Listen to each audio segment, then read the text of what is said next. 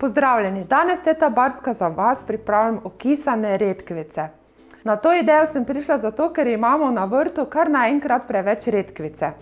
In sicer jo narežemo, jaz imam posejano to podolgovato sorto, jo razrežemo na trakce in pripravimo kis z vodo v razmerju 1:5, dodamo sol, sladkor, nekaj zrnic popra in kakšen lovorjev list in vse skupaj zagrejemo in prelijemo v kozarce in damo v pečico na 100 stopinj za 1 uro in tako se nam bo takšna okisana redkvica držala tudi čez zimo in nam bo prav prišla, ko ne bo na naši mizi dovolj sveže zelenjave, pri kovačniku pa vam bomo morda, če bo še kaj ostalo, takšno redkvico postregli tudi pri narezku.